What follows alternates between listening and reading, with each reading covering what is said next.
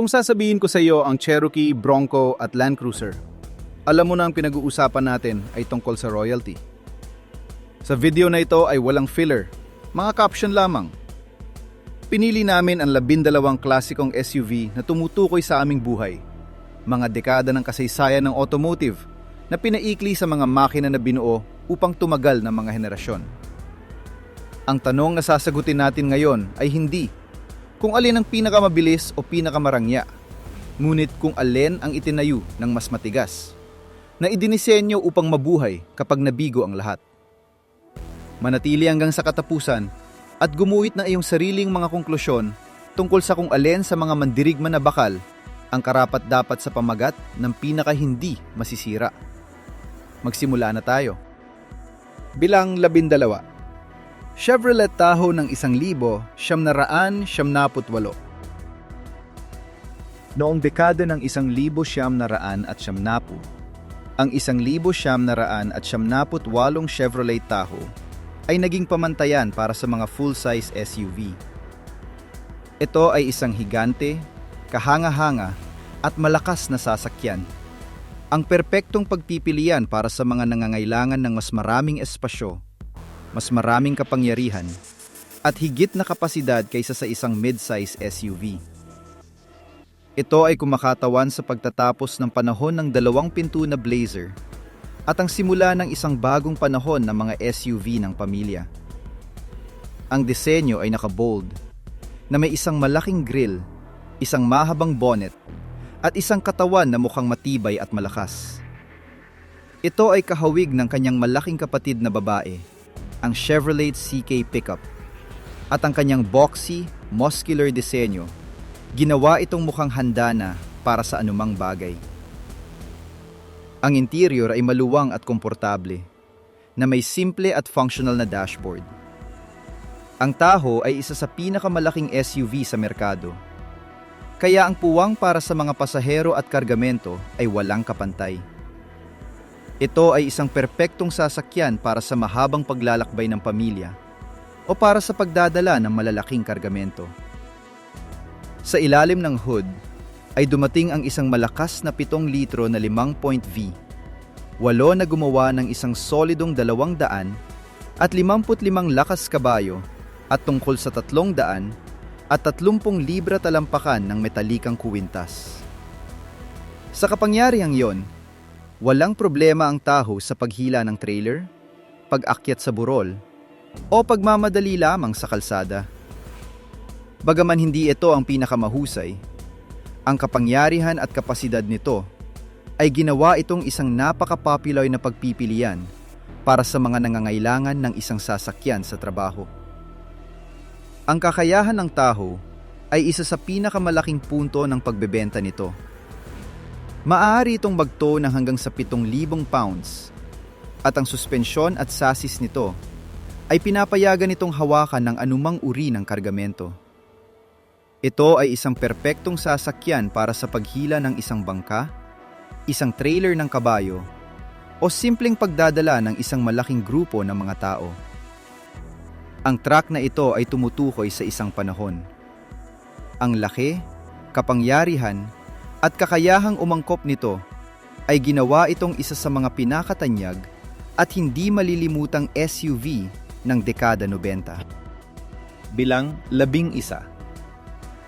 Toyota Land Cruiser FJ55 1978. Noong 1978, habang ang mundo ay bumibilis patungo sa modernidad, tiningnan ng Toyota ang putik, ang mga bato, ang mga nakalimutang kalsada, at nagpasya na bumuo ng isang sasakyan na hindi lamang maaring maabot ang katapusan ng mundo, ngunit bumalik ng buo. Sa gayon ay ipinanganak ang Toyota Land Cruiser FJ55 na magalang na binansagan ng marami bilang Iron Pig, ang baboy na bakal para sa mahaba, matibay na katawan, at kakaibang kagandahan. Ang modelong ito, na orihinal na inilabas noong 1967, ay ang unang pagtatangka ng Toyota na ibahin ang anyo ng magaspang at Spartan na linya ng Land Cruiser sa isang bagay na mas pamilyar. Isang bagay na maaring lupigin Hindi lamang ang mga bundok, kundi pati na rin ang mga suburb. At noong 1978, sa huling taon ng produksyon, natagpuan na ng FJ55 ang tiyak na katangian nito. Kakaiba ang disenyo nito. Ang harap na dulo ay halos parang isang bagay mula sa isang tren na may split grille at bilog na mga headlight na naka-embed sa isang parisukat. Medyo walang ekspresyon na muka. Ang mga linya ay tuwid, geometriko, walang lambot o aesthetic concessions. Ngunit nabihirang ginawa itong hindi malilimutan. Ang FJ55 ay itinayo sa parehong sasis bilang Land Cruiser Series 40. Ngunit may isang mas mahabang katawan. Mainam para sa transportasyon ng buong pamilya, mga tool sapat lang, mga supply o lahat ng sabay-sabay. Ito ay isang SUV na nakabalat kayo bilang isang station wagon.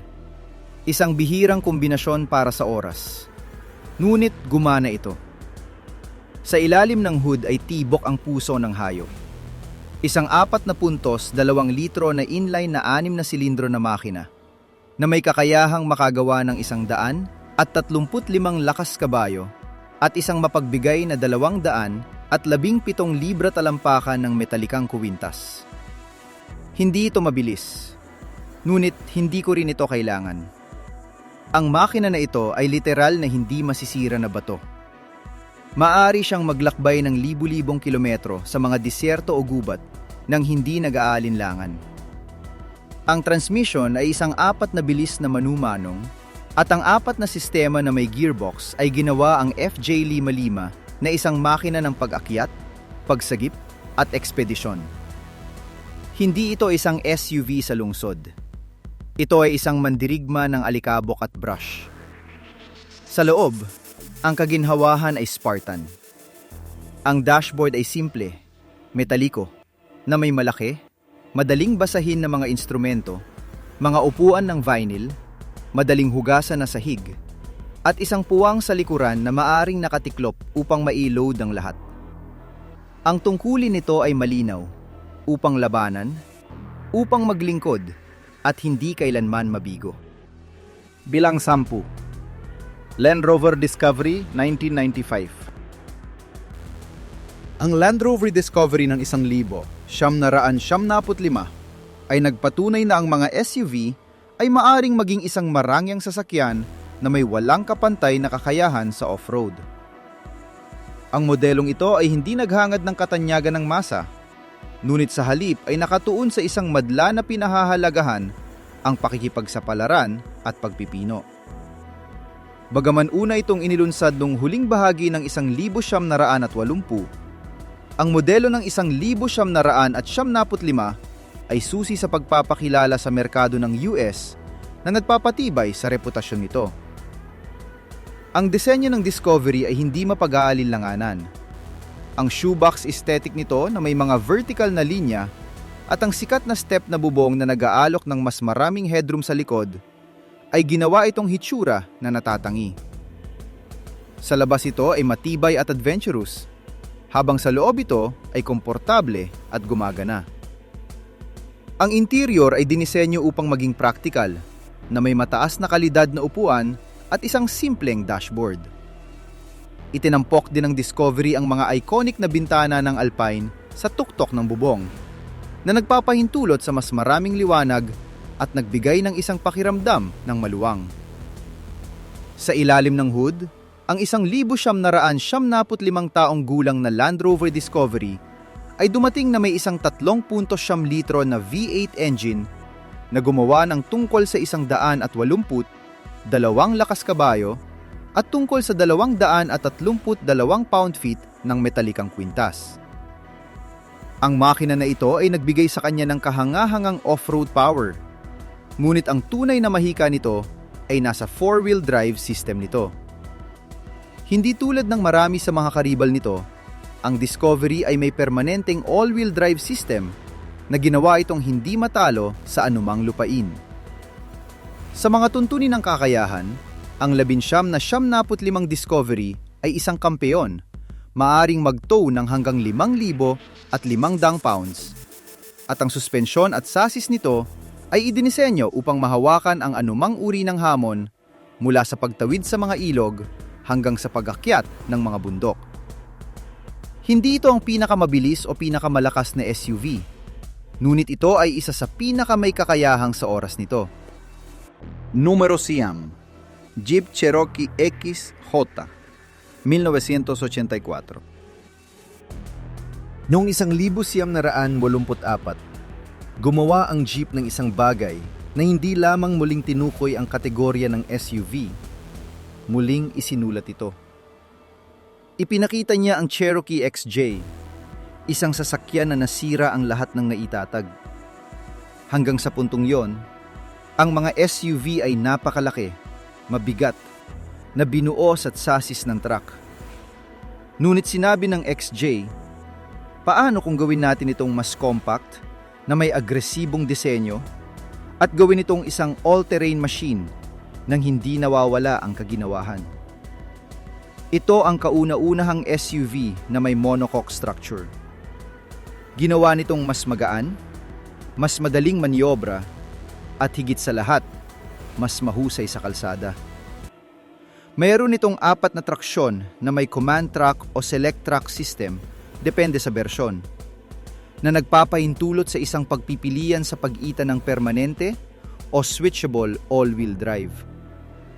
Sa ilalim ng hood, ang Cherokee XJ ay nag-aalok ng mga pagpipilian sa makina mula sa isang 2.5 litro na 4 na silindro hanggang sa maalamat na 4.0 na inline 6 na nakabuo ng malapit sa 100 at 90 lakas kabayo at higit sa 200 at 20 libra talampakan ng metalikang kuwintas.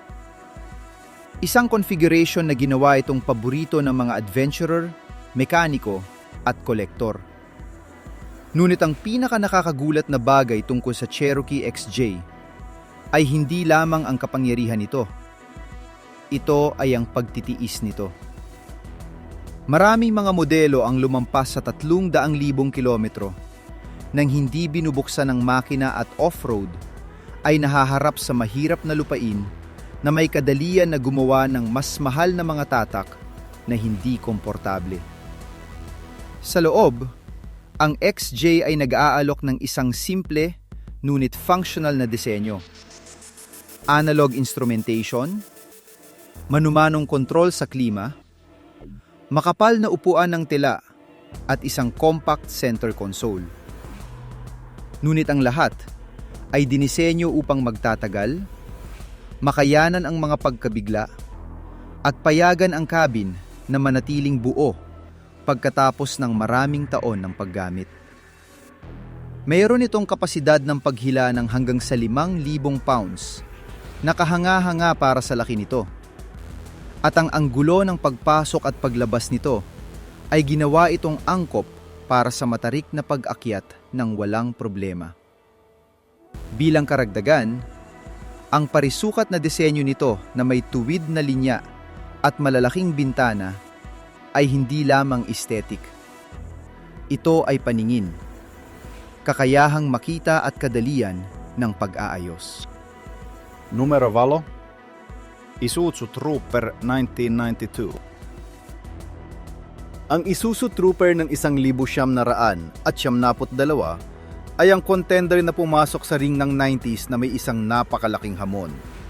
Habang ang pansin ay sa mga tagumpay ng Mitsubishi Montero sa Dakar at ang maalamat na katatagan ng Nissan Patrol, ang Trooper ay kailangang gumawa ng paraan ng walang kaakit-akit na mga karibal nito. Ang kanyang gawain ay hindi upang manalo ng mga beauty pageant, ngunit upang patunayan na sa pamamagitan ng tapat at simpleng engineering ay maaari niyang tumugma o kahit na malampasan ng pagiging maasahan ng mga dakila. Ang Trooper ay ang go-to para sa mamimili na pinahahalagahan ang dalisay na tibay kaysa sa pagbabrand at aesthetics. Ang kanyang sandata ay ang kanyang walang sawang pagiging simple at lakas para sa trabaho. Itinayo sa isang hindi masisira na spar chassis, ito ay isang tunay na truck na nakabalat kayo bilang isang SUV. Ang boxy design nito ay nangangahulugang ang interior ay malawak, isang cabin na may nakakainggit na all-round visibility, at maraming puwang para sa 5 matatanda at kanilang mga kagamitan. Kahit na ang panloob na dekorasyon ay mas utilitarian kaysa sa marangya, nakatuon sa paglaban sa pang-aabuso. Dito naghihiwalay ang trooper sa mga bagong crossover. Salamat sa matibay na sasis na yon, ang 1,992 trooper ay may kapasidad sa paghila na komportable na lumampas sa 2 tonelada, na ginagawang isang seryosong pagpipilian para sa camping o paghila ng mga bangka, isang bagay na hindi maiisip para sa mas banayad na mga modelo na darating. Ang 8 litro na 2.0 V6 engine nito ay hindi ang pinakamalakas sa listahan. Ngunit idinisenyo ito upang maghatid ng pare-pareho, walang kamali-mali na metalikang kwintas. Ang Isuzu Trooper ay hindi kailanman ang hari ng mga benta, at sa makatuwid ay ang pinaka-underrated sa listahan. Gayunman, nakakuha siya ng isang lugar ng hindi natitinag na paggalang sa mga purista. Ito ay patunay na noong dekada 90, ang tunay na kakayahan sa labas ng kalsada ay matatagpuan sa napatunayan na engineering at hindi palaging sa marketing. Numero 7.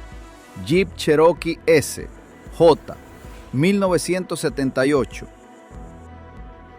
Sa isang mundo kung saan ang mga SUV ay nagsisimulang maging simbolo ng kalayaan at pakikipagsapalaran, inilunsad ng Jeep ang isa sa mga pinaka-iconic na hiyas nito, ang Cherokee SJ.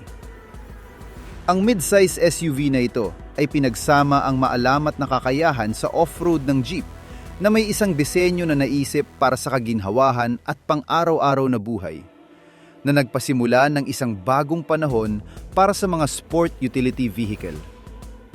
Ang Cherokee SJ, na kilala rin bilang klasikong Cherokee, ay ipinakita bilang isang mas compact at mapapamahala ang bersyon kaysa sa Wagoneer, ngunit nang hindi isinasakripisyo ang anumang bagay sa lakas at kakayahang magamit. Ang disenyo nito, parisukat at matibay, na may malinis na mga linya, ay nagbigay sa kanya ng isang hindi mapag-aalinlanganan na katangian, isang perpektong balanse sa pagitan ng lakas at estilo. Pagsapit ng 1,978, ang modelong ito ay nanalo na sa mga driver na nais ng isang sasakyan para sa parehong lungsod at kalikasan getaways. Sa ilalim ng hood, ang Cherokee SJ ay maaring nilagyan ng inline 6 na silindro engine at isang malakas na 5.7 litro V8 na binuo tungkol sa 185 lakas kabayo at isang metalikang kwintas ng 345 Newton metro, sapat na upang mangibabaw sa anumang kalsada. Meron ding isang mas malakas na bersyon na may 6 na puntos na 6 na litro na V8 na naghatid ng hanggang sa 215 lakas kabayo at isang metalikang kwintas na 430 Newton metro na makabuluhang nagdaragdag ng kapasidad ng paghila at pagganap nito sa hinihingi na mga dalisdis. Ang 4x4 traction system nito na may 2 bilis na transfer case ay pinapayagan itong lumipat sa pagitan ng mga mode ng mataas at mababang traksyon na ginagawa itong isang all-rounder na may kakayahang harapin ang putik, nyebe, buhangin o bato ng may kumpiyansa. Ang matibay na suspensyon at body-on-chassis ay nagbigay ng ligtas at komportabling pagsakay sa mahirap na lupain at sa bilis ng highway. Numero 6. Toyota 4Runner. Unang henerasyon 1984. Ang unang henerasyon ng Toyota 4Runner ay ipinanganak na may isang ideya na noong dekada 80 ay tila revolusyonaryo upang kunin ang base ng isang Hilux pickup at gawin itong isang sarado, pamilyar at may kakayahang SUV. Ngunit ano ang formula? Isang chassis ng pickup truck, isang compact body, at isang naaalis na fiberglass na bubong na binago ito sa isang convertible SUV. Oo, ang 4Runner ay maari i-convert sa isang pickup sa pamamagitan lamang ng pag-alis ng bubong sa likuran. Ito ay maraming nalalaman, matibay at ganap na naiiba mula sa kung ano ang inaalok ng merkado sa oras na iyon. Inilunsad ito ng Toyota noong 1984 at kung ano ang tila isang eksperimento ay natapos na maging isa sa mga haligi ng off-road legacy nito.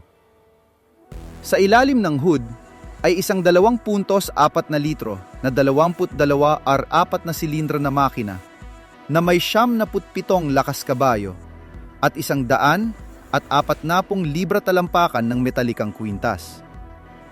Hindi ito mabilis, ngunit maaasahan. Ang mga sumunod na bersyon ay inaalok na may 22 RE engine na may electronic injection at isang turbo variant na umabot sa 135 lakas kabayo. Mayroon ding isang 3.0 liter, 155 horsepower V6 na bersyon. Bagaman maraming mga mahilig ang ginusto ang 4 na silindro para sa maalamat na tibay nito. Ang transmission ay maaring maging isang 5 bilis na manumanong o 4 na bilis na otomatikong. At ang traksyon ay 4 na part-time na mainam para sa mga pakikipagsapalaran sa labas ng kalsada. Ang kapasidad ng paghila nito ay humigit kumulang 2,500 pounds. Sapat na upang hilahin ang mga motorsiklo, light trailer o camping gear. Sa loob, ang 4Runner ay nag-aalok ng tamang halaga. Matibay na upuan sa tela, puwang para sa 5 pasahero at isang simple ngunit functional console. Ang ilang mga modelo ng SR5 ay may kasamang inclinometer, altimeter at aesthetic na mga detalye na ginagawang mas kaakit-akit. Walang mga frills, ngunit may pakiramdam ng isang tapat na sasakyan na ginawa upang magtatagal. Número 5. Ford Explorer XLT 1994. Ang Ford Explorer XLT ng 1994 ay umabot sa tuktok. Hindi dahil ito ang pinakamatatag o pinakamakabagong. Ngunit walang alinlangan na ito ang may pinakamalaking epekto sa kasaysayan ng buong listahan. Ang misyon ng Explorer ay puro kultural at nakatuon sa merkado. Kinailangan niyang kumbinsihin ang gitnang uri ng Amerikano na talikuran ng kanilang mga bagon sa istasyon para sa kabutihan at sumakay sa isang mas mataas, mas ligtas at mas nanghingibabaw na sasakyan. Kinailangan ng Ford na ihalong pagkamagaspan ng mga truck nito sa ginhawa ng mga pampasaherong kotse nito upang lumika ng isang hindi mapaglabanan na makina ng pagbebenta. Nakamit ito ng Explorer sa pamamagitan ng pag-aalok ng pangunawa ng karangyaan at katatagan sa isang abot-kayang presyo. Ang kanilang lihim na sandata ay isang perpektong balanse sa pagitan ng pagiging maaasahan ng isang truck at modernong kaginhawahan. Itinayo ito sa isang body-on-frame chassis na nagbigay sa kanya ng lakas at tunay na kapasidad ng paghila ng isang pickup truck na madaling lumampas sa 2 tonelada ng drag. Sa ilalim ng hood, ang ubiquitous 4.0-liter V6 engine ay nag-aalok ng metalikang kwintas at kapangyarihan na kinakailangan para sa suburban na pamumuhay na may isang pakiramdam ng seguridad na hindi maaaring tumugma sa mga mababang kotse. Ngunit ang tunay na kawit ay nasa loob. Sa Explorer, mahalaga ang luho. Ang mga bersyon ng XLT ay nagtatampok ng mga komportableng upuan, mga bintana ng kuryente, air conditioning, at isang antas ng pagtatapos na ginawa ang kanilang matigas na 4 na karibal na mukhang mga utilitarians ng militar. Ito ang kauna-unahang SUV kung saan ang kaginhawahan ang prioridad. Ang SUV na ito ay naging isang kababalaghan sa pagbebenta. Ito ang pinakamahusay na nagbebenta ng US para sa dekada at nagbunsod ng isang pandigdigang pagmamadali na muling tinukoy ang tanawin ng sasakyan magpakailanman. Número 4. Mitsubishi Montero, late 80s/early 90s. Ang Mitsubishi Montero ng huling bahagi ng dekada 80 at unang bahagi ng dekada 90 ay nakakuha ng lugar sa listahang ito, hindi sa pamamagitan ng marketing, ngunit sa pamamagitan ng purong merito sa pinakamahirap na lupain sa planeta. Habang ang iba pang mga SUV ay ibinebenta na may mga pangako, tinupad ng Montero ang mga ito sa Dakar Rally, ang pinakamalupit na kompetisyon na nilikha. Ang sasakyan ito ay dinisenyo mula sa ground up bilang isang tunay na off-roader na may isang matatag na hagdan chassis, mahabang paglalakbay suspensyon, at simple ngunit epektibong mga mechanical na sistema. Ang panlabas na disenyo nito ay functional sa halip na aesthetic, na may mga parisukat na linya na nag-maximize ng panloob na espasyo at mga anggulo ng pag-atake.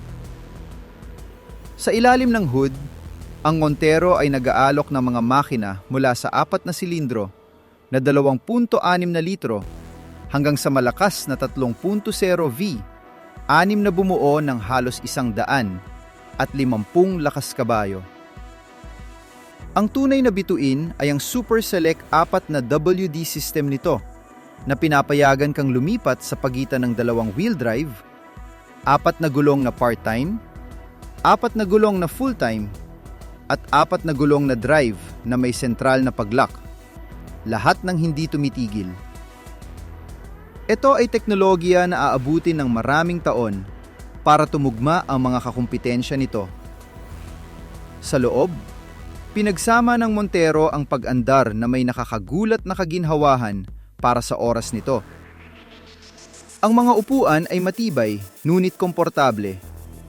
Ang dashboard ay simple, at ang lahat ng mga kontrol ay abot-kayang. Ang kapasidad ng paghila nito ay lumampas sa 3,500 libra, at maaari itong magdala ng hanggang 7 pasahero sa 3 hilera na bersyon. Ang tunay na mahirap ay ang napatunayan na pamana nito. Ang mga sasakyan ito ay tumawid sa mga disyerto, umakyat sa mga bundok, at nakaligtas sa mga dekada ng matinding pang-aabuso. Numero 3. Nissan Patrol 80s at 90s. Ang Nissan Patrol ng dekada ng 1,000, 980 at dekada ng 1,000, 900 at 90 ay ang mismong kahulugan ng hindi masisira. Habang ang Land Cruiser ay gumagawa ng isang pangalan para sa sarili nito sa kanluran, ang Patrol ay tahimik na nanghingibabaw sa mga pinakamasamang sulok ng mundo.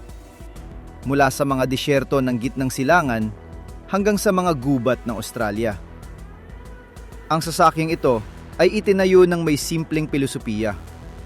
Dapat itong laging gumana, anuman ang mga kondisyon. Ang ladder chassis nito ay napakalakas, na marami ang inihambing ito sa mga kagamitang militar. Ang solidong harap at likuran ng mga axle, suspensyon ng leaf spring, at walang kompromiso na konstruksyon ay ginawa itong isang halos hindi masira na makina. Sa ilalim ng hood, ang maalamat na 4 na puntos, 2 litro na diesel engine, ay isang blok ng bakal na maaring tumakbo sa gasolina ng kadudadudang kalidad at patuloy na gumana sa daan-daang libong kilometro. Mayroon ding mga bersyon na may pantay na matatag na 4 na puntos 0 litro na makina ng gasolina.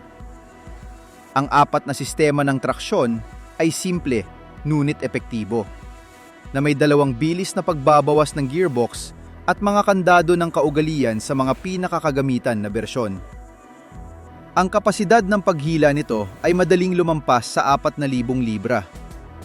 Ang loob ay Spartan, ngunit gumagana, na idinisenyo upang hugasan ng hose kung kinakailangan. Ano ang gumagawa ng Patrol tunay na espesyal ay ang kanyang pandaigdigang reputasyon. Sa mga bansa kung saan ang mga kalsada ay mga mungkahi at ang pagpapanatili ay limitado, ang Patrol ay nananatiling sasakyan ng pagpipilian. Karaniwan nang makita ang mga unit na may mahigit 500,000 kilometro na nagtatrabaho pa rin araw-araw. Numero 2. Ford Bronco, ikatlong henerasyon, 1980. Noong 1980, hindi lamang muling idisenyo ng Ford ang isang pickup truck, binago nito kung ano ang dapat na maging isang SUV.